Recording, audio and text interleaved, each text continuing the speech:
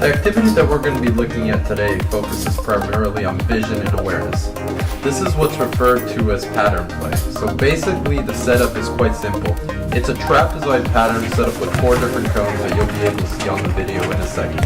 At each cone there's going to be one player, and each player is going to have a certain responsibility. Since the focus is vision and awareness today, the players are going to repeat a pattern over and over until they become comfortable with it, and then new things are going to be introduced that are going to complicate that environment. We'll take a look at the video and then we'll proceed after that. As you can see in the demonstration of the first video, the player starts off with the ball and plays the ball to a player that's checking it. What we're looking for in this sequence is basically the second player, alright, read the cues for the first player and check in on the far cone as well. The first player checks in, receives a pass, and returns it to the initial player. He then checks out around the cone and then receives a through pass from the first player again. At this point, that player is forced to make a decision. Do you either play it to the second player who checked, or do you play a diagonal ball across to the other player?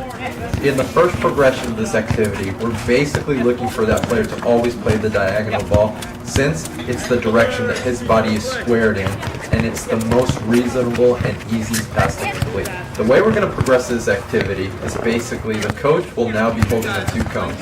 He'll either be holding up a blue cone or a white cone.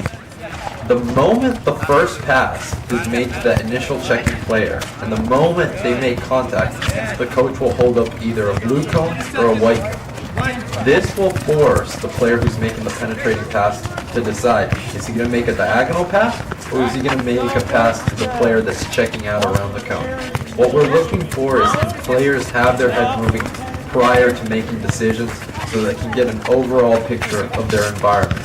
In this situation, obviously, the players have to build up, they have to move their head, they have to identify options, and they have to make the correct decision every time.